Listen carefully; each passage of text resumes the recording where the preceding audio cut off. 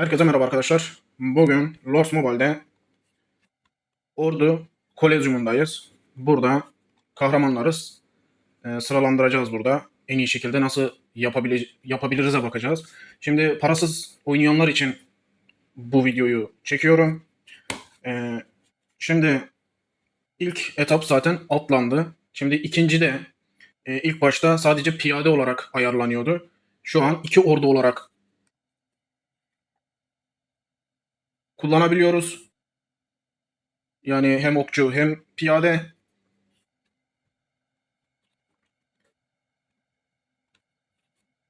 Şimdi arkadaşlar ilk Kolezyum'un ilk etabında sadece piyade olarak savaşıldı. İki ordulu şekilde 6. bölüm olarak bahsediyorum. Şimdi bir sonraki etaptayız. Bu 6. bölümde yine burada iki ordu istiyor bizden. Ayrıyeten hem iki ordu hem de iki tane ayrı ayrı bölük istiyor. Yani hem okçuyu hem piyadeyi kullanacağız. Bunun için burada en iyi kahramanları artık askeri falan birlikte en iyi şekilde ayarlamaya çalışalım.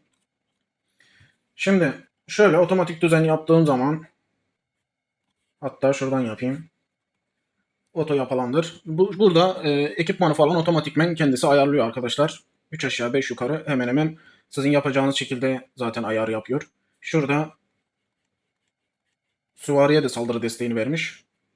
Vermeseydi bir şeye kullanabilir miydiniz diye bakıyorum. Yok. Tamam. Burası tamam arkadaşlar, normal.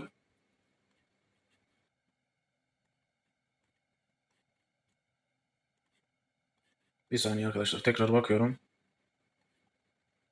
Yok, yanlış yapmış. Bunu otomatikmen yaptığın zaman nasıl burada hüneri yanlış yapabiliyor onu anlamadım. Bak, şuradaki menzil taarruzuna vermesi lazımdı. Şunu sıfırlamamız lazım. Tekrar baştan kendimiz yapıyoruz. Arkadaşlar buraya dikkat edin. Demek ki buraya fazlasıyla güvenip burayı boş geçmememiz lazım. İlla kontrol edeceğiz artık. Çünkü burada okçuyla piyade savaşacak. Yukarıda süvariye hüneri dağıtmış. Aşağıda okçuya vermemiş. Şimdi bizim işimiz CP. Şöyle saldırı, okçu, piyade, şöyle piyade, okçu, bölük sağlığı, bölük savunmasını en son vereyim. Şöyle, şu piyadeye de 32, evet. En son kalanı da arkadaşlar ne yapabilirsiniz? Şöyle bölük savunmasına verebilirsiniz diyorum.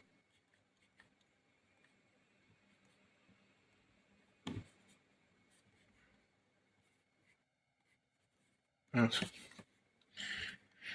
Şimdi hemen hemen yapılması gereken bu şekilde. Şöyle tamam diyoruz. Şimdi arkadaşlar bizim gücümüz kaç? 144 demiş. Şöyle baktığımız zaman bakın burada tek tipe kendisini ayarlıyor otomatikman yapılandırdığınız zaman. Bunu ikiye bölmemiz lazım. Burası böyle olmaz. Bunları da buradan kaldırıp kendimiz düzenlememiz lazım.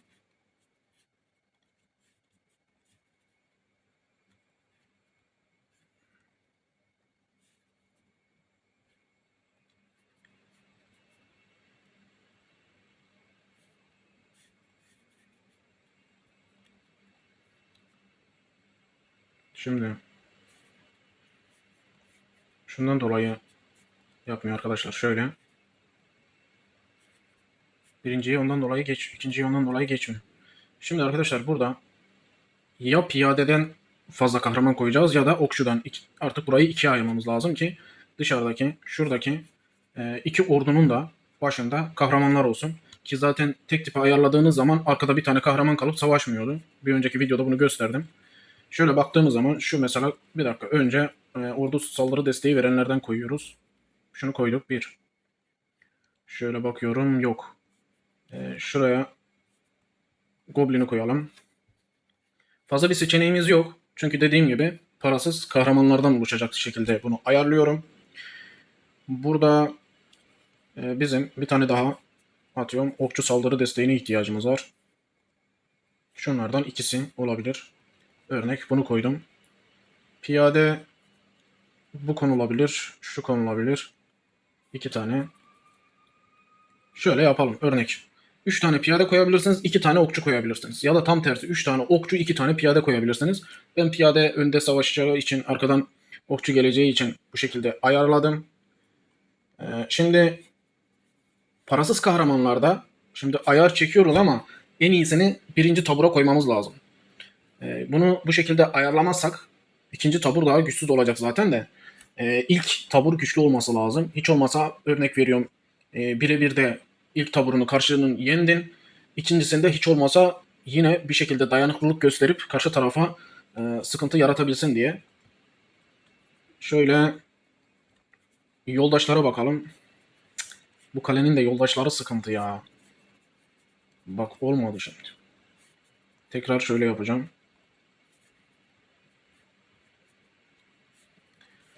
Ya Mami şu kaleyi bir türlü ayarlayamadın. Sen bu kadar yoldaşı nasıl böyle yaptın ya?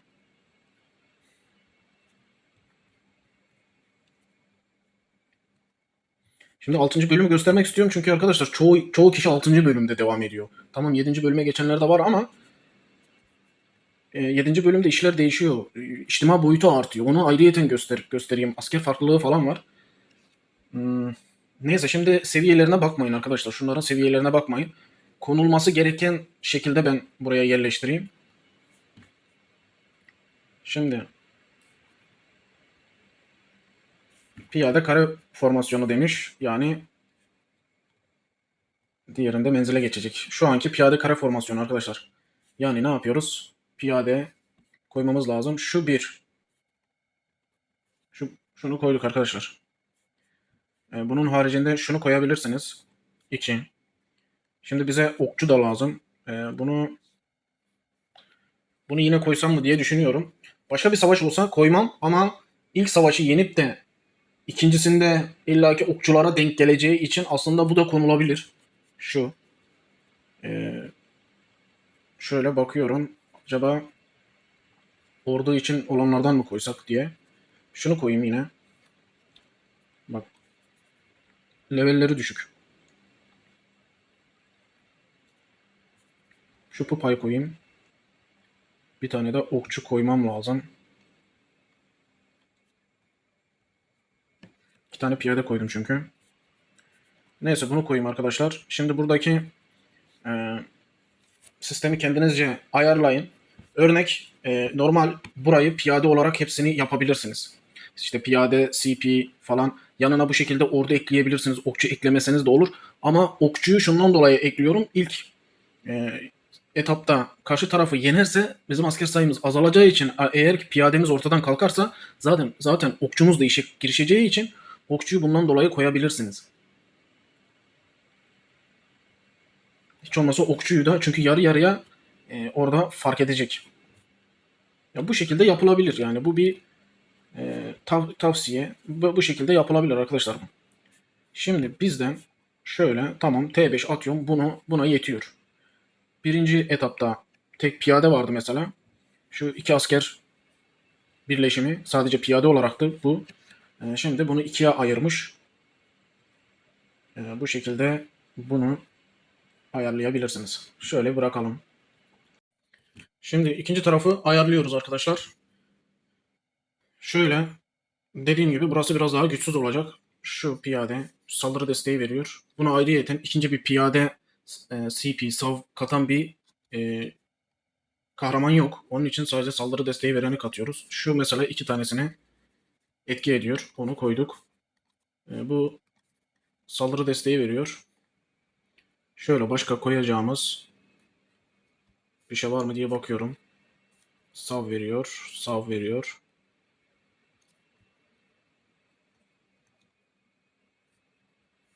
Evet, bu da sav CP veriyor. Şöyle okçu koyalım geçsin arkadaşlar. Şimdi şuraya baktığımızda yine buraya bir kahraman yoldaş eklememiz lazım.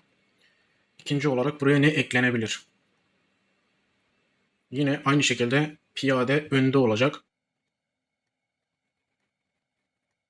Evet, burada koyma şansımız biraz az. Şunu koydum.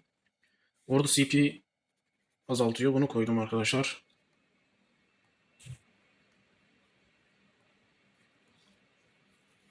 Evet, piyade saldırı desteğini arttırıyor. Şurada CP desteğini arttırıyor diye koyalım. Şurada piyade desteğini arttırıyor diye koydum. Bunu mixleyebilirsiniz. Hem bunların okçusunu da işin içine katabilirsiniz. Burada da şöyle seçimi temizle diyelim. Burada da bu şekilde bir ayar yapılabilir. Biz T5 ekledik. Yeteri kadar var burası için.